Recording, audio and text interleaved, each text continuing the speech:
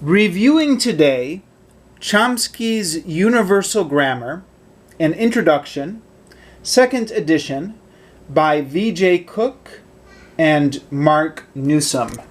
Now, I need to make one thing clear before I start this review, because there is a good possibility that this book is being used in classrooms right now. And whenever I review a book that's being used as a textbook in some university, I will quite often get messages or comments saying, please, can you explain the book to me? I've got a test tomorrow. Or sometimes people expressing frustration that the review isn't adequately explaining the book to them or preparing them for the test. So just to temper expectations, I should make it clear that on this channel, I review all the books I read, and I review them from a very subjective standpoint, meaning I talk about my reading experience, what I liked, what I didn't like. It's not going to be a complete summary of the book, and it probably will not prepare you for your test. Apologies in advance. Also, I've got the second edition here. The most current edition at the moment is actually the third edition. So chances are this is not the book that you're reading in your class anyways. But before you go, I'd be very curious, just out of pure curiosity, what class are you reading this book in? Which country are you in? And how are you finding this book? Because I struggled with this book. I found sections of it quite difficult to understand, and I'd be interested in just comparing my experience with other people's experience. So if you could take 1 minute, 2 minutes just to leave me a brief comment about your experience with the book, I find that quite interesting.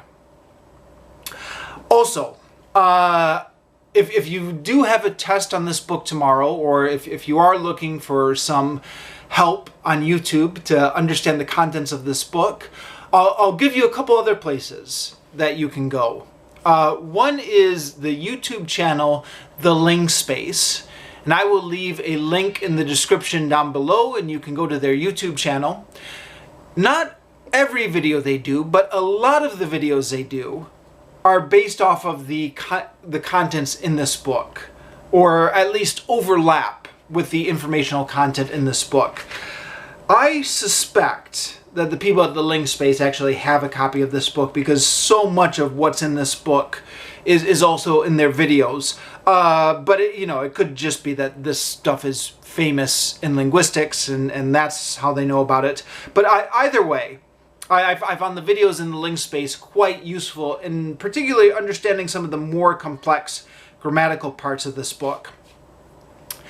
Secondly, on my weekly reading vlogs, I do get into the chapter-by-chapter analysis in a little bit more depth. I started those weekly reading vlogs recently.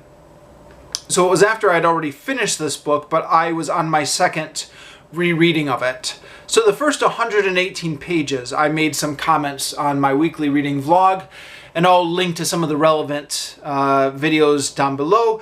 I don't know if they'll be helpful or not, to be honest.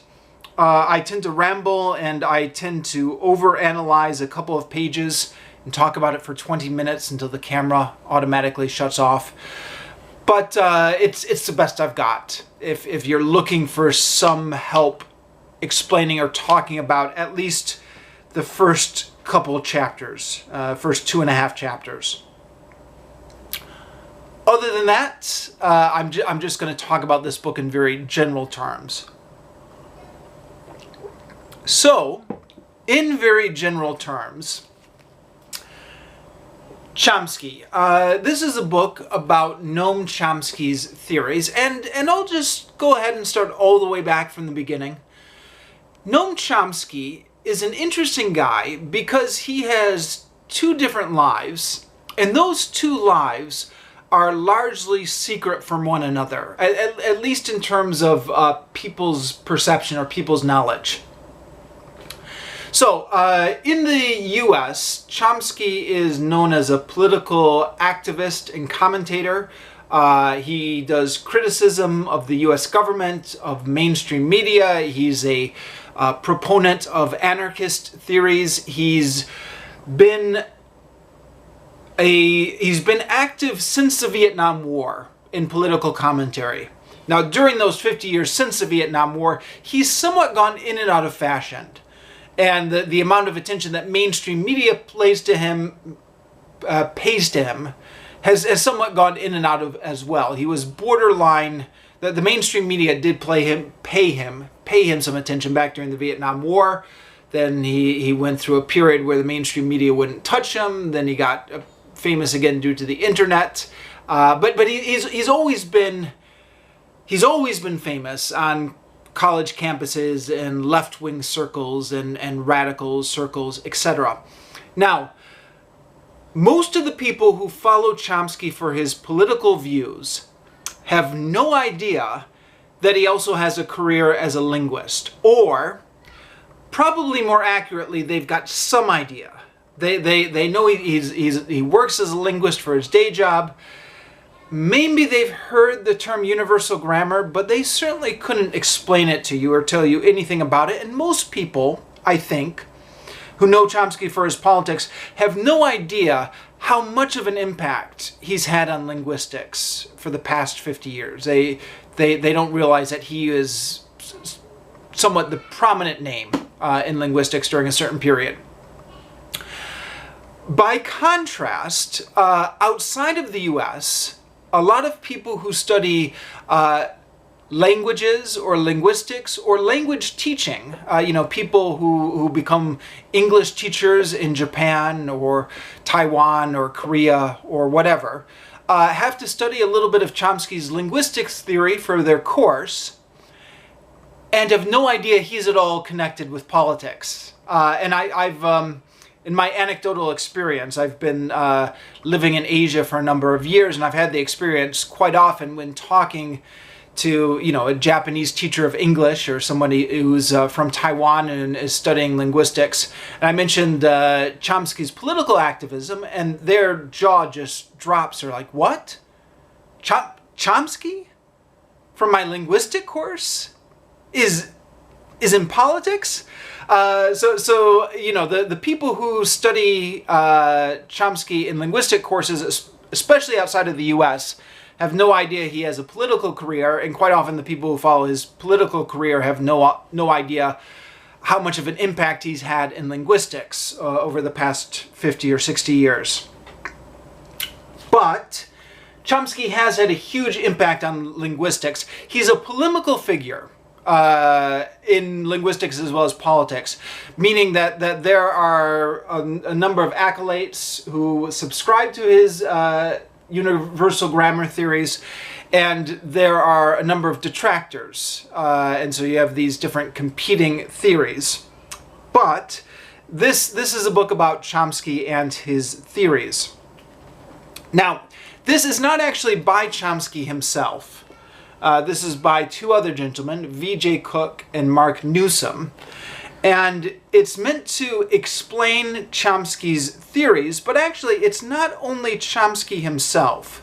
If you actually read the book, they are quoting from many different people.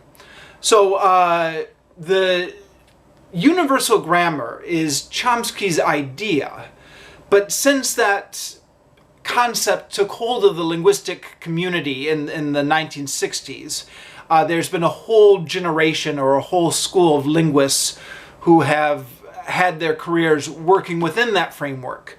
And so they have expanded and developed the theory just as much as Chomsky had. So it's Chomsky's universal grammar, but it's a whole bunch of different people being quoted in here. And as they say quite often in the book, some of these people have gone off in different directions that Chomsky never even thought of. Or paid very little attention to. Now, this is the second edition of the book. The first edition of the book was, I believe, published in 1988. This is the second edition. It was published in 1997. Now, the first edition of the book was published just by V.J. Cook, I believe. The second edition was expanded to include the minimalist program, which I'd be lying if I said I completely understood it, but my general understanding is a minimalist program is an effort to bring the principles of universal grammar down to the bare minimal principles where the theory can still operate. And this is the most recent strand in Chomsky's thinking, or at least it was the most recent thinking back in 1997. Then there's a third edition, which I believe came out in 2008 or 2007, and that's not the edition I have. I ordered this off of Amazon as a used copy, and I was reading it more or less just for my own general interest. And so I'm not even sure if I knew there were different editions at the time I ordered it off of Amazon, but I'm not particularly bothered that I don't have the latest edition, because I'm not taking this for a class. There's no test. I'm just trying to read this for my own professional development or my own general interest. Okay, so why would I pick this book? Well, about 11 years ago now, 12 years ago, I had been teaching English in Japan for a number of years, for 8 years, and was trying to figure out what I was going to do with my life. And a number of people who get stuck into teaching English abroad, like I did, will go for a degree in applied linguistics, which is a versatile degree somewhat. You can use it to continue teaching English, you can use it to do research in second language acquisition. It opened a number of doors that weren't available if you just had experience teaching English. So I was talked into doing this program by a couple friends of mine who had also been English teachers who had done it. And I knew nothing about linguistics. I'd always been interested in history and politics and literature to a degree, and really didn't know anything about linguistics. So I ordered some books off of Amazon just as background reading before I started my degree. And I had long been a fan of Chomsky because of his political activism or his political commentary. It's something I've talked about occasionally on this very channel before, talking about some of the documentaries or books about Chomsky. And I, like a lot of people who know Chomsky through his political activism, I knew that there was something about universal grammar, but I didn't know any more than that. And I thought, well, wouldn't that be interesting? I've been watching Chomsky's, listening to Chomsky's speeches or reading Chomsky's stuff for so long. Wouldn't it be interesting to actually know what his linguistic theories are? And I was searching Amazon at the time because I was living in Japan. So, I couldn't go to the local bookstore. I had to have everything shipped over to me. And I came across this title, and it says Chomsky's Universal Grammar, an introduction. I thought, an introduction. And it's not even by Chomsky. It's by two other people who are going to simplify it and make it easy to understand for somebody like me who doesn't have a linguistic background. And it's an introduction, and I can read this book. And then when I'm at cocktail parties, I can say, oh yes, Chomsky's Universal Grammar. I know a thing or two about it, and sound intelligent in addition to talking about Chomsky's political theories. So that was my thinking. I ordered this off of Amazon, and I got it, and I could tell, you can tell just by flipping through it, that this book is not for beginners. This is, as far as I can tell, I mean, it's obviously a textbook. I'm fairly sure this is aimed at graduate students in linguistics. The prose is so thick. Just flipping through it, if you pick a random page and just start trying to read it, you can't make heads or tails of it. Example? Shall we do an example? Okay. Random page here. So, WH movement. Principle of movement. Move, some symbol, i.e., move any element anywhere. In WH movement, symbol equals a WH phrase which moves from an A position to the non-A position of specifier CP, leaving WH trace variable. WH criterion, all plus WH complementizers must contain a plus WH element. The doubly filled comp filter. The C system may not contain both a WH element and a complementizer. Now, you're thinking to yourself, well, that's unfair. You just took that right out of context. And you're right. As much as that sounds like gibberish and gobbledygook, it does actually make more sense when you read it in context. But you get the idea maybe of the level that this book is operating on. It's not something you would casually read in a coffee shop just so you want to sound intelligent or just so that you have some vague idea of what Chomsky's grammar theories are. But if you are like I was 10 years ago, and you're looking for a nice, easy book just so that you can sound intelligent about what Chomsky's theories are, just something for a very general audience, just to give you a general idea, something much easier to read, I've got you covered. That book is out there. That book is Steven Pinker, The Language Instinct, or sorry, more properly, The Language Instinct by Steven Pinker. It's a few years old now, but you should probably still be able to find this in your bookstore. I've seen it in bookstores even here in Cambodia and in Vietnam, even recently. Obviously, this is a photocopied one I've got, which I took from my school's library. Apologies, but I did actually at one time have the real publisher's copy when I read that 10 years ago. And start with this book, especially if you're only just kind of vaguely interested. It doesn't say Chomsky anywhere in the title.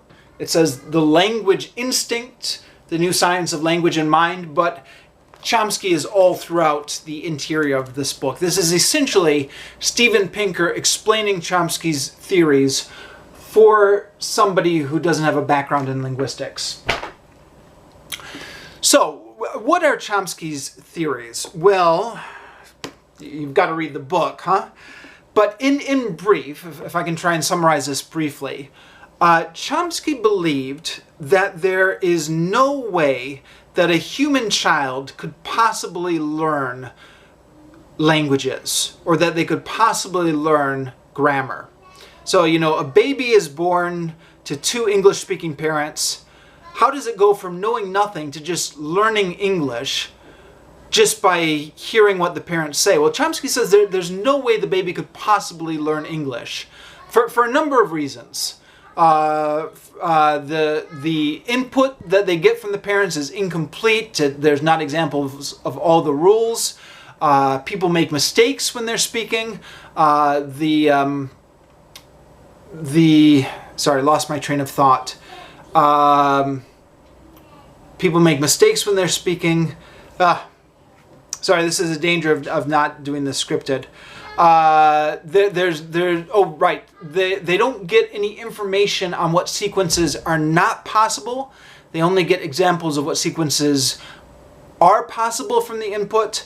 And then there's a lot of complex syntactic movement that we do around the sentence, making a question, making a relative clause, making a passive, that requires not just moving around of words, but moving around of whole phrases. And it requires that the child actually understand what a phrase structure is, and where do the children get that knowledge. So Chomsky said they can't possibly learn it. Therefore, they don't actually learn grammar. They are born with the grammar already pre-programmed into their brain as part of our genetic heritage. Everyone is born already knowing the grammar, and we need the input because we need to match the words of English to the grammar that we already have in our head. But we already have that grammar pre-programmed into our heads. Now, that's a very simplified version of the theory. And of course, I know if you're not familiar with this theory, you're thinking, well, what about this, and what about that, and what about that? And yes, it's all in here. All your what about questions, they've thought about them. But that's the simple version, is that grammar is pre-programmed into our brain. So, that's more the philosophical side of it. And that much is covered quite nicely by Steven Pinker in The Language Instinct.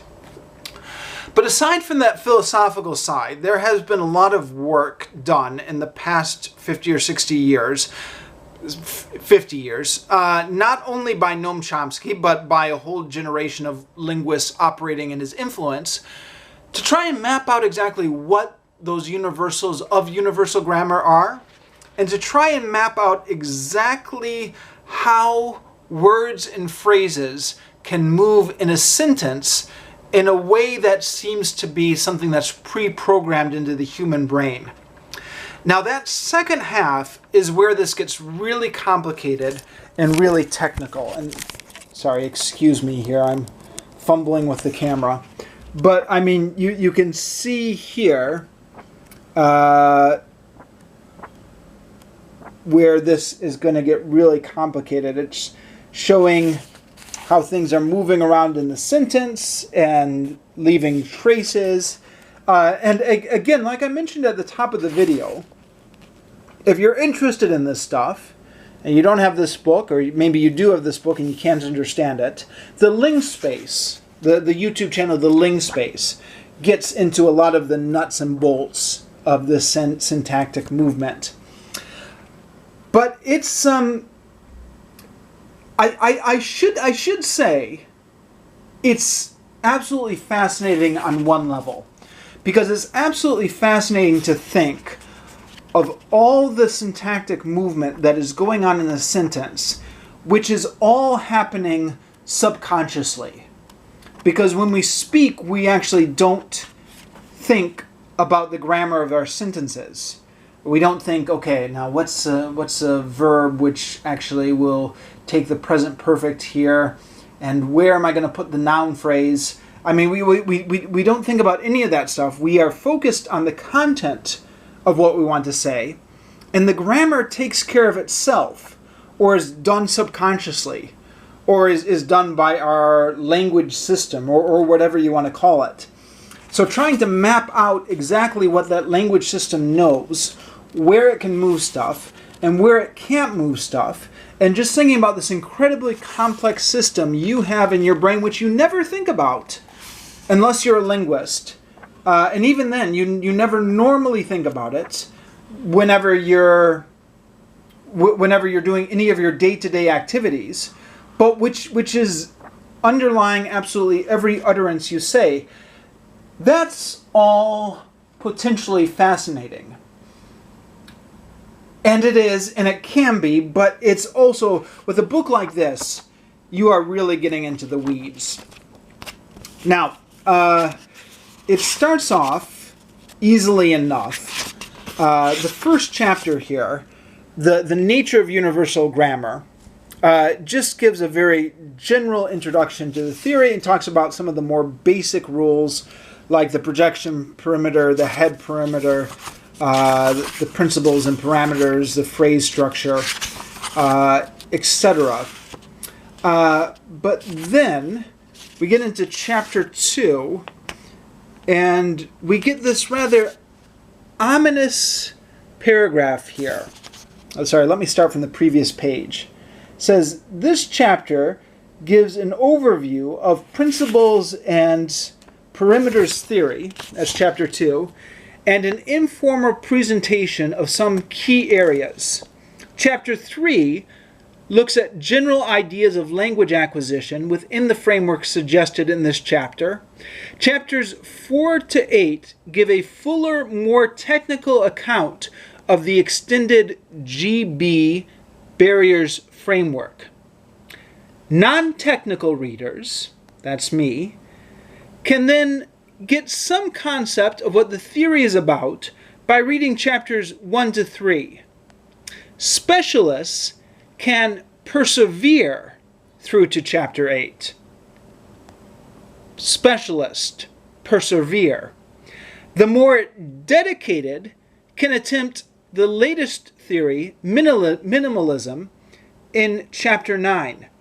So the more dedicated can attempt minimalism. Now, I read that, and I made a little note in the margins here saying, am I in trouble?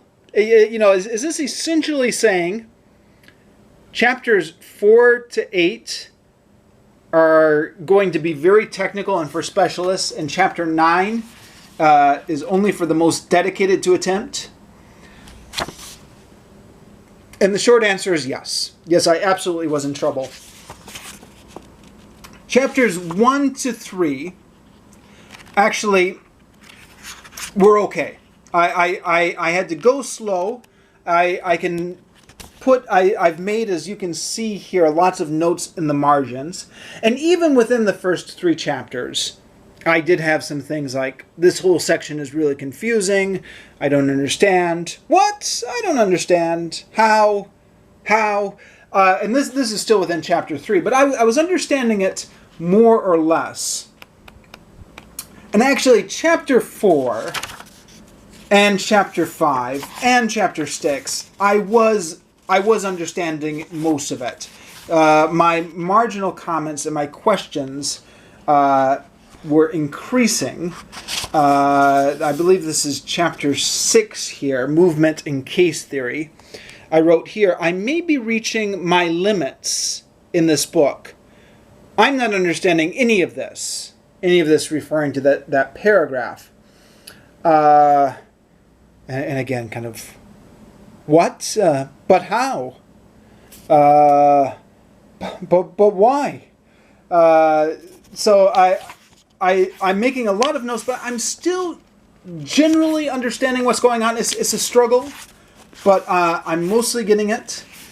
But then the chapter that broke me was, I believe, chapter 7, Government and Other Developments. Yep. So you can see here, I wrote, don't understand. And then here, I don't understand. I read this paragraph multiple times. I have a headache. So chapter 7, 8, and 9 is where my comprehension really broke down. I was understanding it mostly up until that point.